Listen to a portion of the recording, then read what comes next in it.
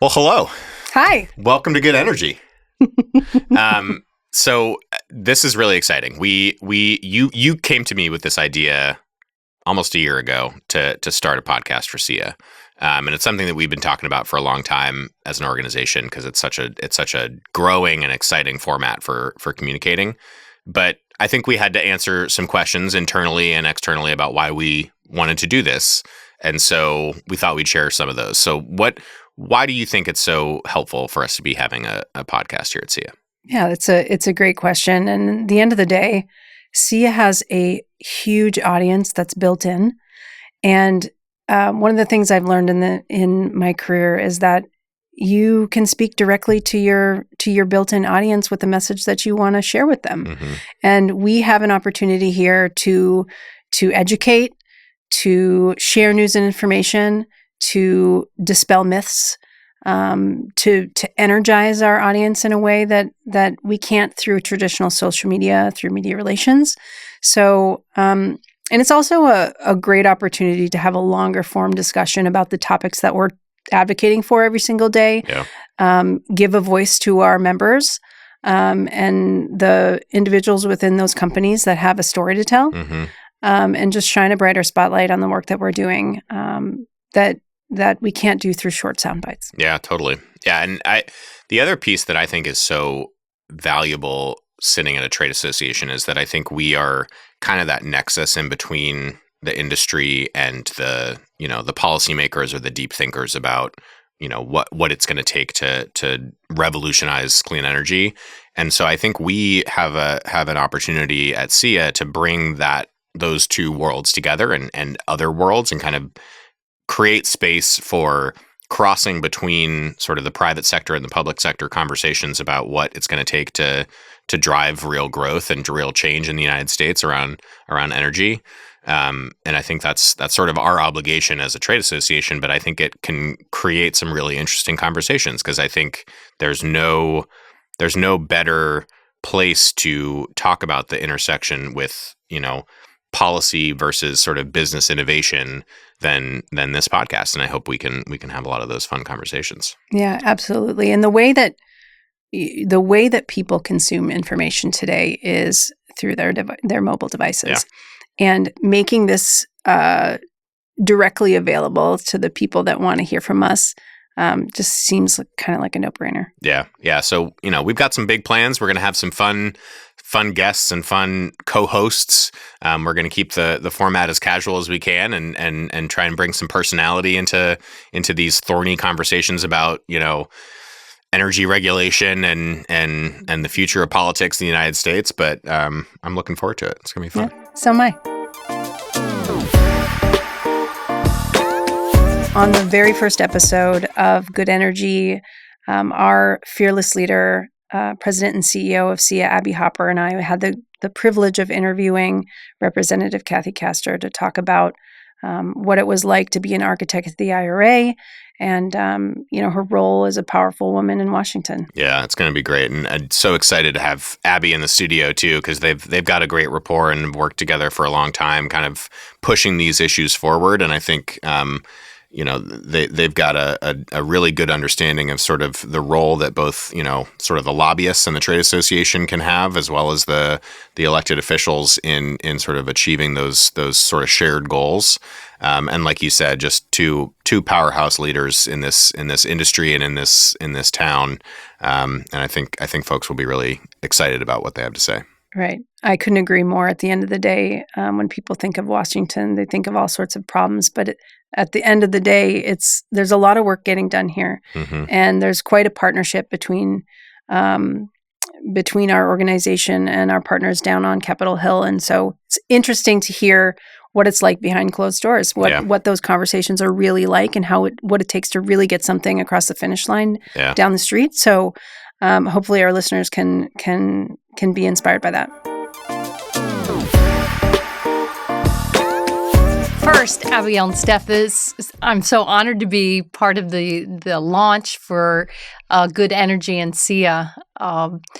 Solar power holds so much promise, and action on clean energy is so urgent at this time. And to give me an opportunity to to share with you some of my motivations and hopes and concerns is terrific.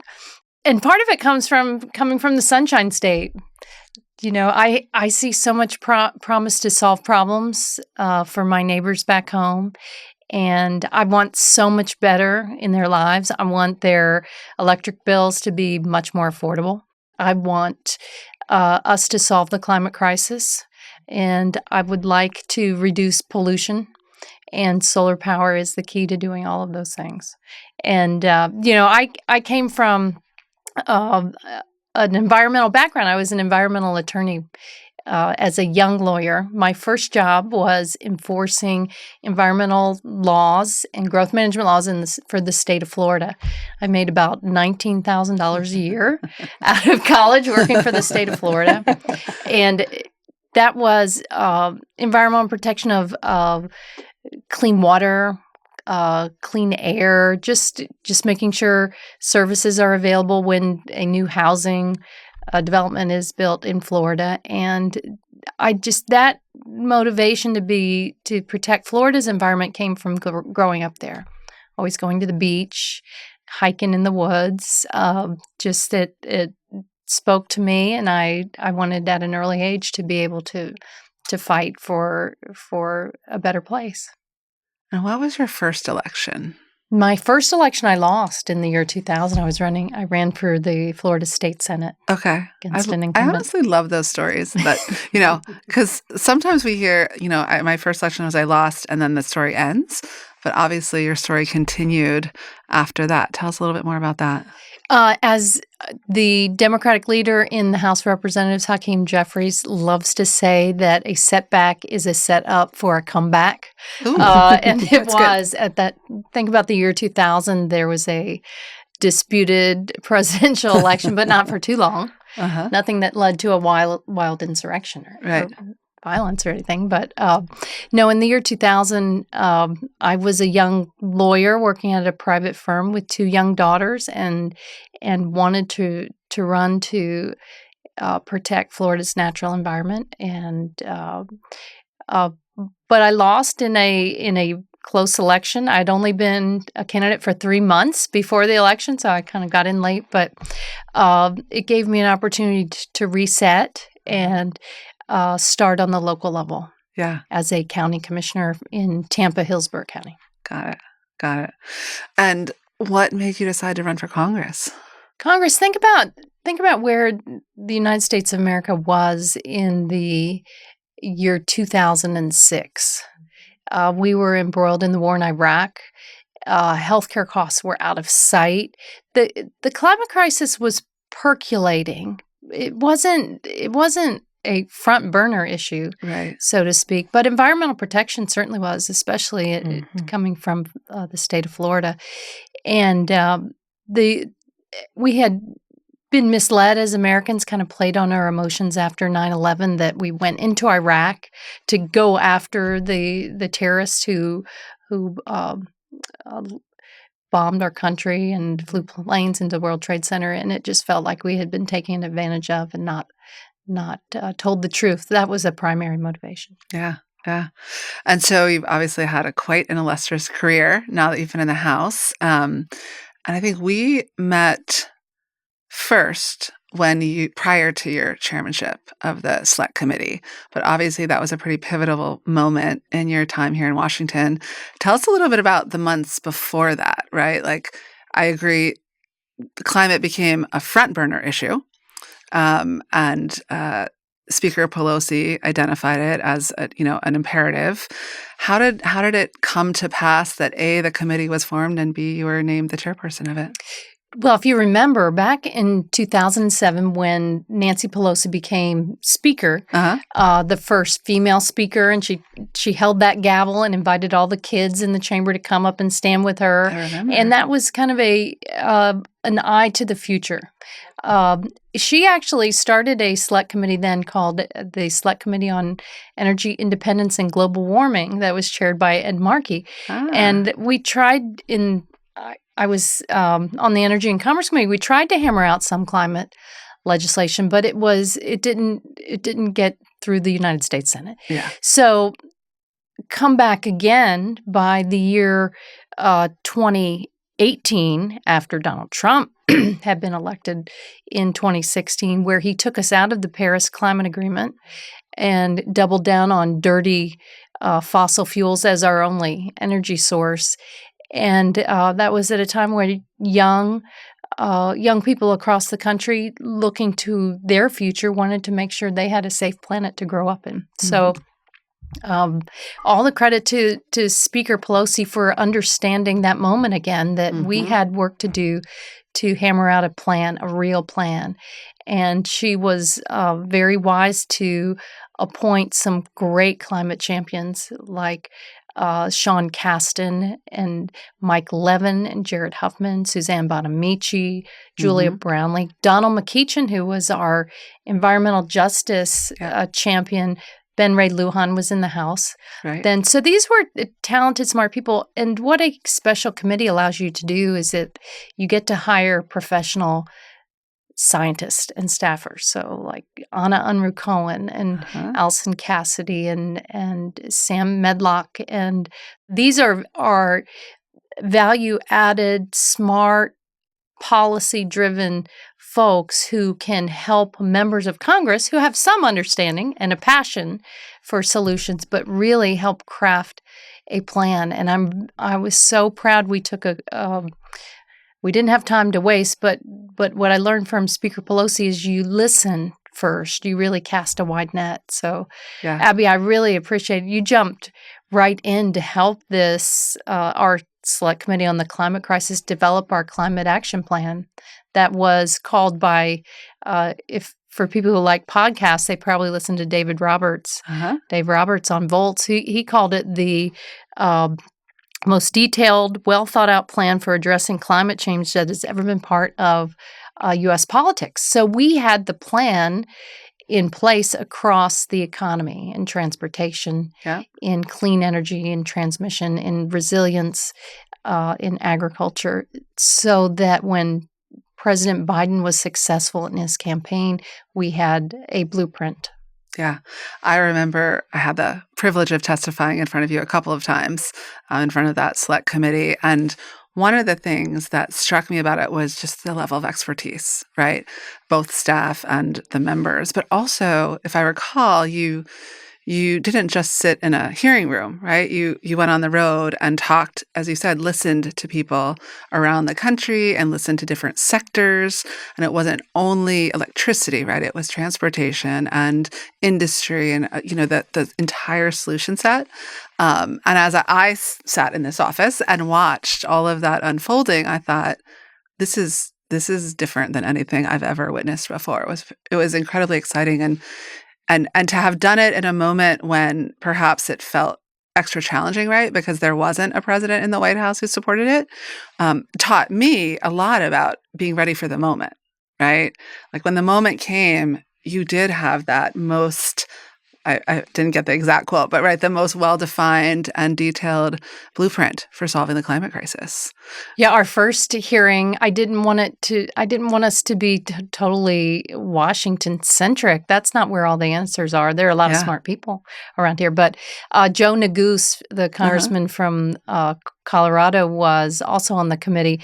And he had a great idea to start at the National Renewable Energy Lab outside Boulder. So that was our first committee visit, and then the first hearing at University of Colorado and Boulder. And yes, the intention all along was to hear from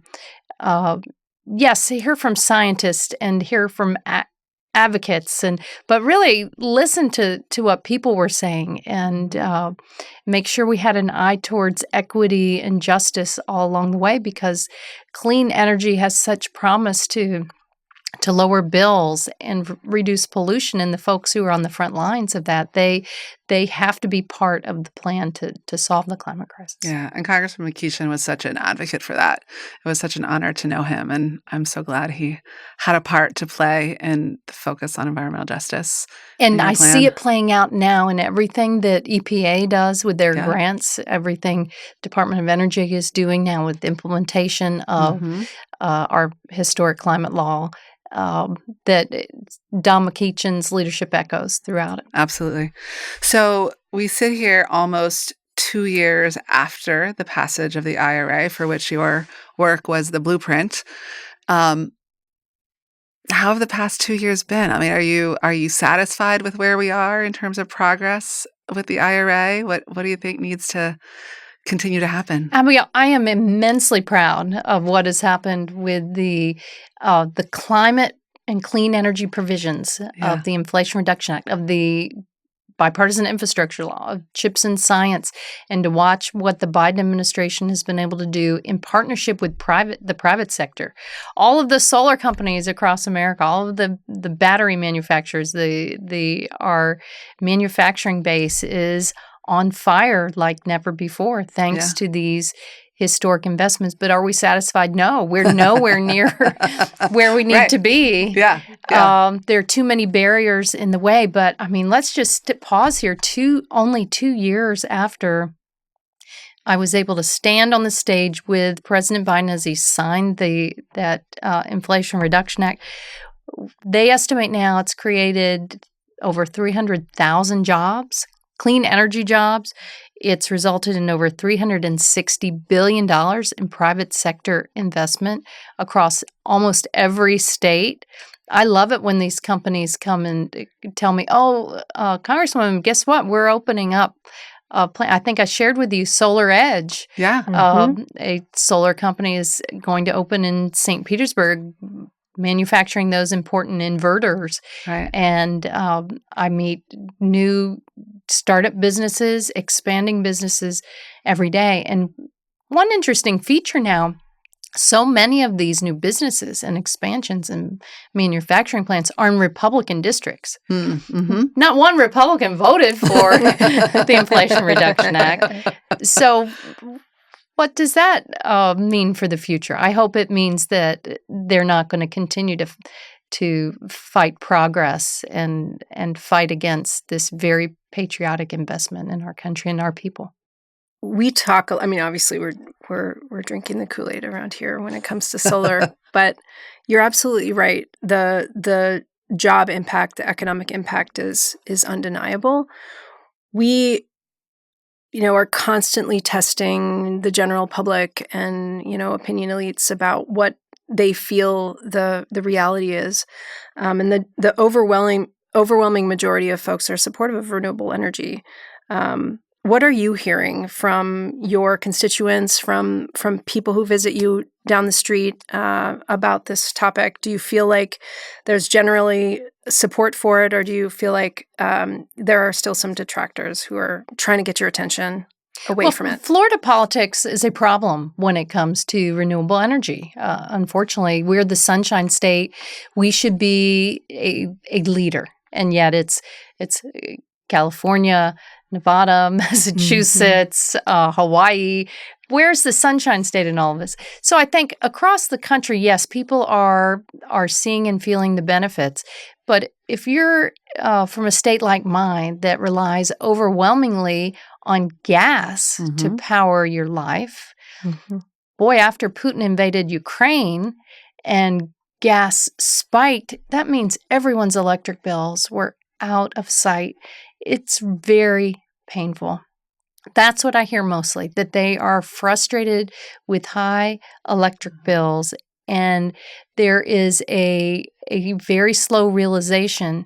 Wait, the powers that be in the state of Florida and even the electric utilities have kept all of the eggs in the basket of expensive gas, a resource that we have to import to our state when we could be more reliant on the power of the sun that is free and abundant in our state. So there's frustration, but what I've found particularly helpful is telling the stories, and the SEIA chapter has been a very important partner, because when another developer, architect sees and understands what the cost savings mean and what it means to reduce pollution and control their bottom line, boy, it is powerful. Yeah. the dollars speak for themselves. Yes. It's funny. I too obviously have noticed that funny coincidence where a lot of the investments are going into districts where the member of Congress did not vote for the IRA. And we see a huge part of our job as educating, right? Educating those members and educating those communities about the direct correlation between the passage of a piece of legislation and the benefits they're feeling in their lives and in their districts. And that it's not unique to the IRA, right? I would imagine that's kind of what you try to do every day when you go back to the district is make those connections for your constituents. But it has been really interesting too. Sometimes we find if we take the words IRA and put them over in the corner and just say, hey, have you seen this new factory, $2 billion of private investment or 500 new jobs? And, don't put it in some of those terms that have been really politicized. There's more openness to the conversation, which is interesting because obviously then you can build on building more bipartisan support for these issues. I've noticed that as well. Yeah. And it's, policymakers like me, we love shorthand. Yeah. So IRA and, but I think you're absolutely right. We need to talk about lower cost clean energy. Lower cost clean energy, right? Lower cost clean energy. That's what everybody wants. No one's against that. No. Not a single human. And the other thing that's really important here is that we found some strange bedfellows in this space because the bottom line is the demand on the energy grid is just going up and up and up and up and up. And the only way to meet that demand is to diversify the energy sources with renewables in addition to fossil fuels. So it's really been an interesting journey for me as somebody who's new to this space to see that even some of our conservative friends are 150% supportive of what this industry is trying to do because it's creating jobs, it's creating economic opportunity for generations of families, but it's also helping us actually keep the lights on. It's not rocket science. Yeah. Well, and as you said, it is kind of the definition of energy independence, right? Like creating sun in the sunshine state is about as independent as you can get. And that I think is a really important part. So tell me, how did you celebrate the first anniversary of the passage of the IRA? Do you remember? Oh, we told stories. Yeah? We tried to tell the story of what this means to put money back into people's pockets and what it has meant for jobs. And at the 2-year mark, it's more apparent than ever. Totally.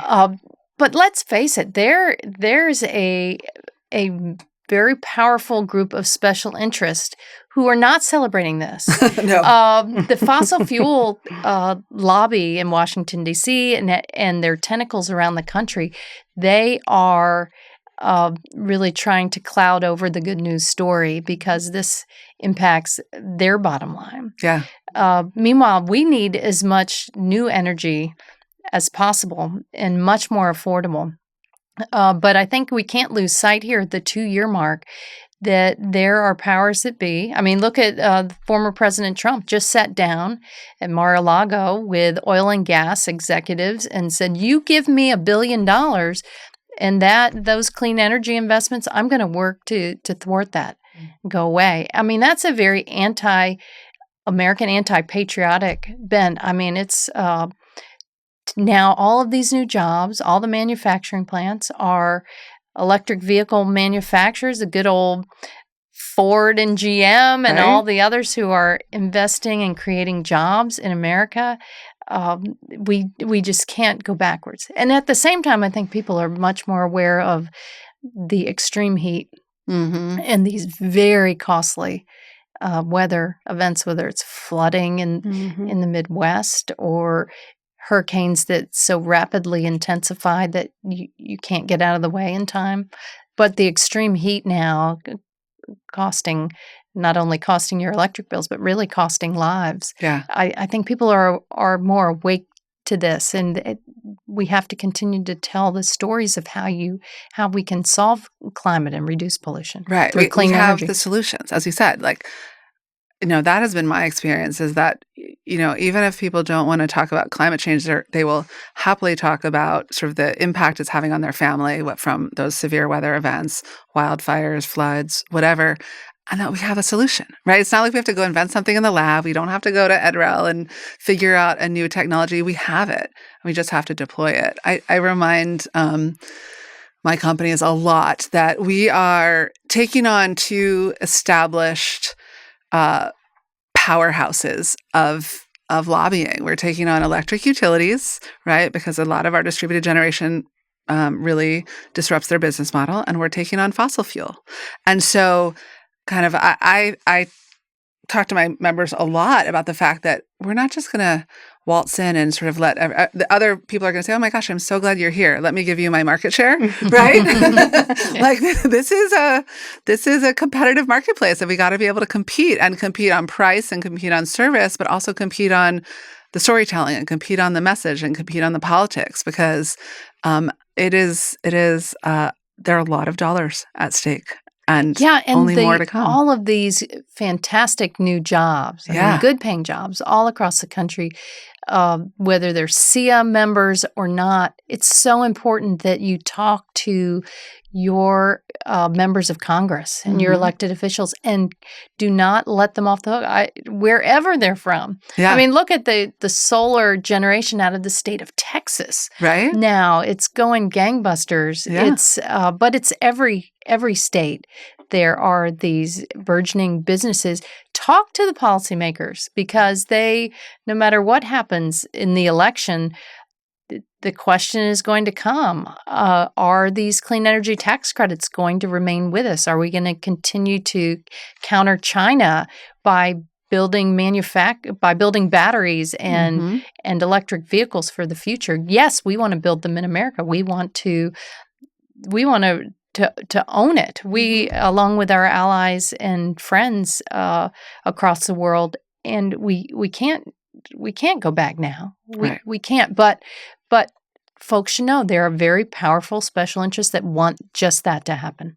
What does it look like on the inside, having this election just around the corner and these big conversations, the scary conversations about what could happen under a new administration? What do the conversations look like behind closed doors with members of Congress? I know you can't necessarily get into a lot of detail, but what does that look and feel like? We see from the outside, a lot of heated message, but when it really comes down to brass tacks, is there anything you can share with us about what those conversations look like? Democrats are united in fighting for these clean energy investments to continue building jobs and bring private sector investments to our communities. I think one of the good examples of how far off the mark my GOP colleagues are is look at their attack on energy efficiency, just for appliances. They have one of their main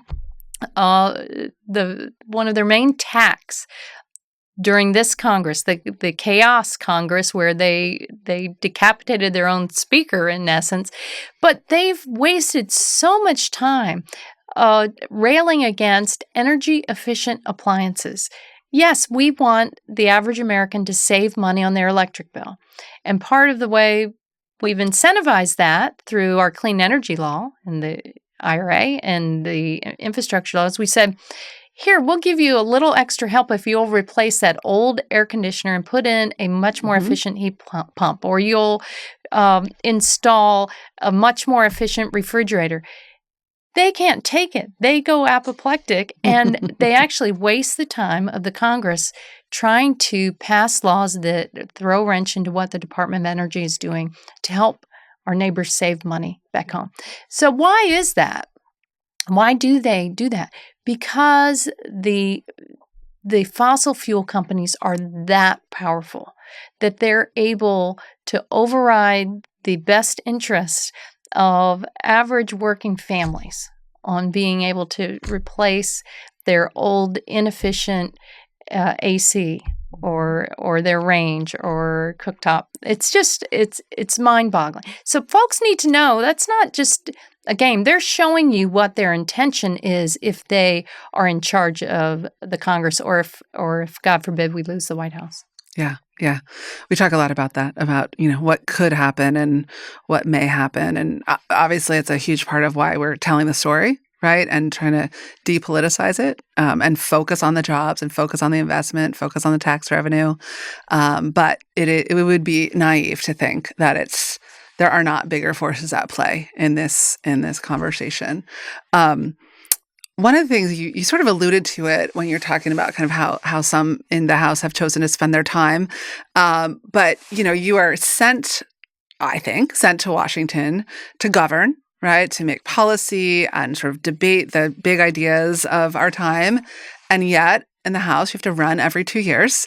And so there's this, I imagine, a constant election cycle. And how do you balance that? How do you balance governing and campaigning, and generally, like, big picture, and then personally, how do you do that?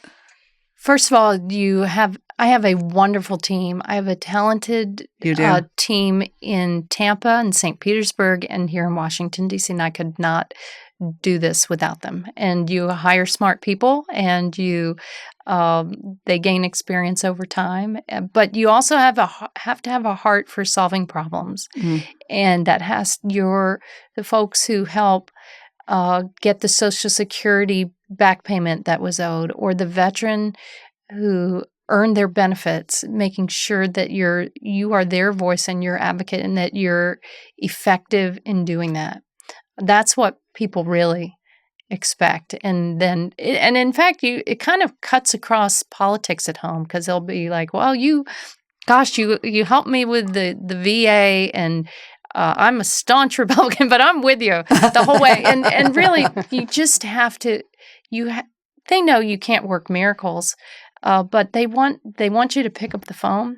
They want you to listen. They want you focused on solving problems and not going up to Washington or to spin your wheels on chaos. That's why I'm hopeful that the Democrats will take the House back. I think the chaos among Republican members, the waste of time when so many families are struggling with affordability, is going to be their downfall. Yeah. Is that what you're hearing when you go back home? You bet. Yeah. High electric bills, high property insurance cost, also a climate, in large part, a climate driven catastrophe for families, and these things hitting all at the same time, and housing is expensive. So that's why the clean energy, if you can put money back into their pockets with appliances or the solar panels, if they can, now that we have more affordable electric vehicles rolling off the lot, that $7,500 tax credit, right?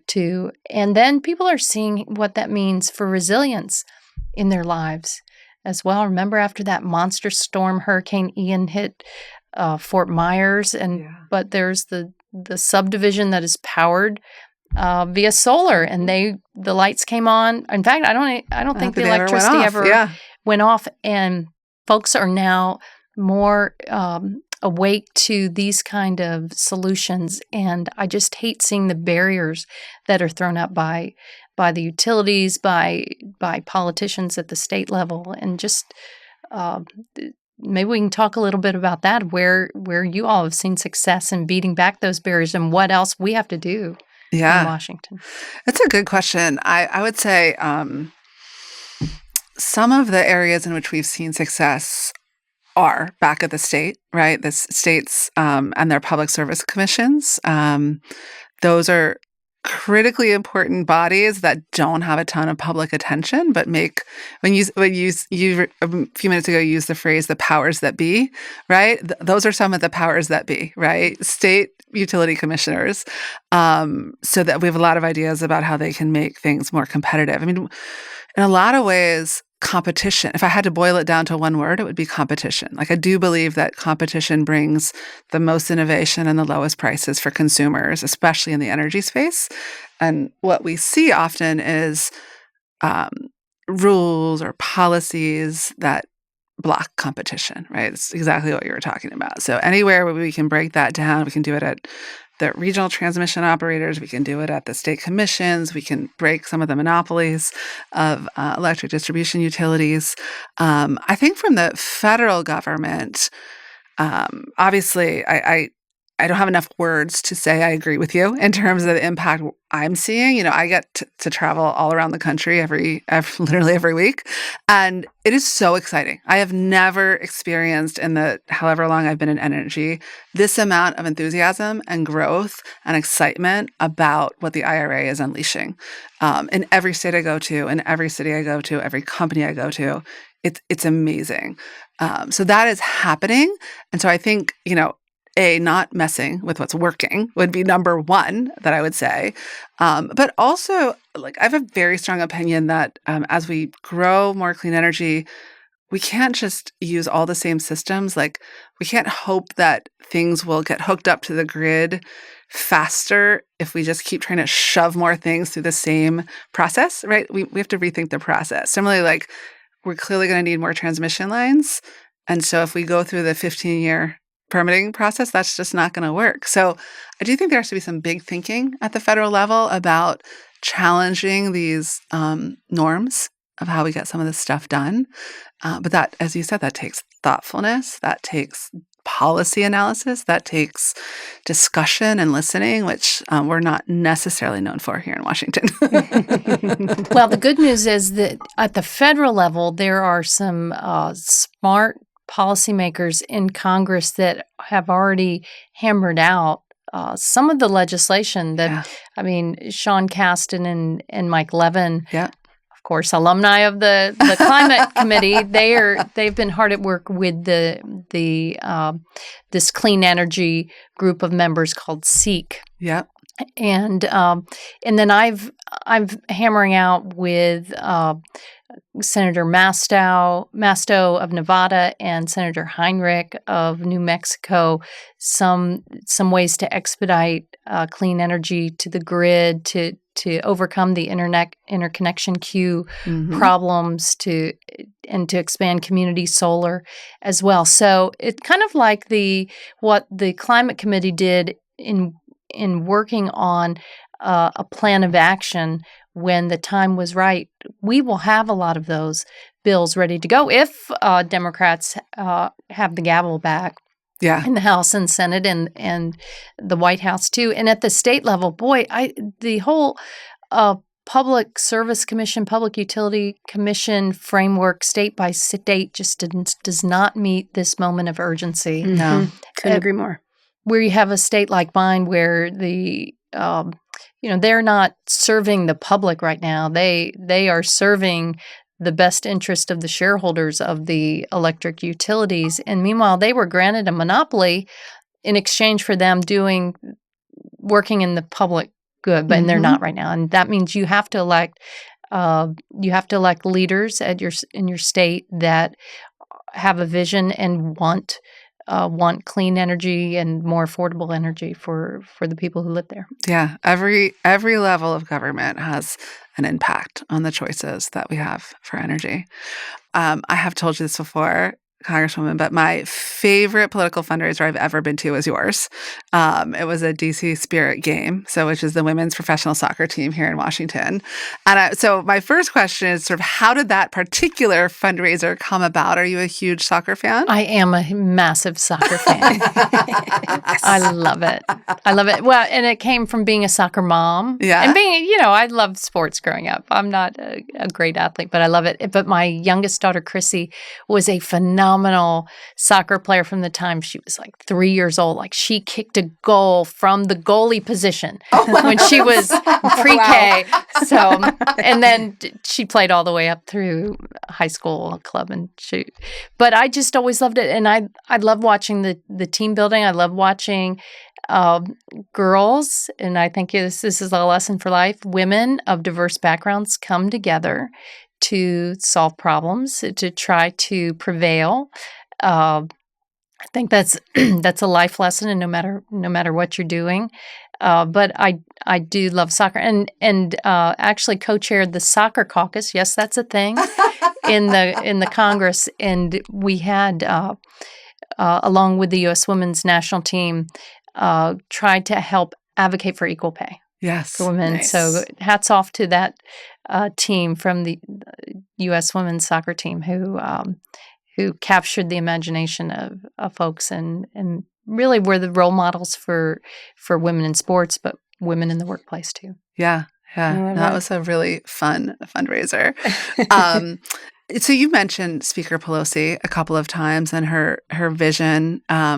She's one of my heroes in politics, just in terms of her ability to communicate clearly, garner her members, build support, and then just get stuff done. I'd love to hear kind of who your mentors are, who you look up to in this political world. Well, my mother, first of all, she was a trailblazing female public servant in Florida. She was the first woman elected to the Florida cabinet as the Uh-huh. education commissioner. And at that time, the Florida cabinet shared power with the governor over natural resources. So she had also started as a county commissioner at a time when the Clean Water Act and Clean Air Act had come on, and actually was featured on 60 Minutes in the early 1970s, advocating for connecting up Tampa, Hillsborough water and wastewater to actual sources. Wow. That's things that the Clean Water Act did. So Yeah. she always did it in a positive way, building like Speaker Pelosi, building coalitions, gaining expertise along the way, being a good listener, asking people that are much smarter than you to weigh in, and that's how you build policy. Yeah. So what advice would you have for women, in particular, young women who are kind of at the beginning of their careers and perhaps wanting to seek either public office or some sort of impactful role? To focus on becoming an expert. You don't have to necessarily be an expert, but developing expertise and then using that to build those collaborations. Mm-hmm. Demonstrate your interest, your interest in solving problems. Focus on an area. You can't be all things to all people, Mm-hmm. but build those bridges. Don't be afraid to go to people that don't agree with you and listen to them too. You learn from that as well. And how do you, and this may be just showing my own fear, but what would you advise to someone about getting over that fear of running? I mean, I have so much respect for people that take that first step into elected politics. Oh boy, you really, knowledge is power. You don't just jump in to do it, but really understand the law, understand why, who are the voters in that area. And I think with that understanding, you can break down some of those barriers to that might be holding you back. But now's the time. We need smart people running for elective office. Gosh, we need more clean energy advocates out there. Wouldn't this be fantastic if we could get solar installers and solar company advocates out there running, and they can tell the story. They have the expertise. Mm-hmm. People are hungry for cleaner, cheaper energy. So, gosh, if anyone can hear my voice right now, will you please think about running for your local city council, running for your state legislature, running for Congress? We need you now more than ever. Yeah. Thank you. That's awesome. Is there anything else that you want to make sure our audience hears from you? Just how important the electoral process is this year. It's this is make or break. All of our fantastic progress is on the line. Yeah. And people need to take it seriously and talk to their friends and neighbors, whether that's friends at church, in the grocery line. Make sure they're registered to vote. Make sure they know how to vote. All of the young people out there, gosh, make sure you're registered, you're following. Are you off in college? Are your kids off in college? Help them get that ballot and understand how to vote. This is make or break time for America's future, for the future that we want for our kids and grandkids one day, and for all of us. Yeah. Congresswoman Castor, thank you so much, not only for being here this afternoon, but just for your leadership over the last 20 plus years, but in particular for your chairmanship of the Select Committee. You really changed the course of history I think we're just getting started, Abby. I love it. I think we need everybody now to. This isn't just a movement. This is our way of life that's at stake, and I'm excited for what's to come. But that means everyone has to be part. Fabulous. So thanks. We're all in.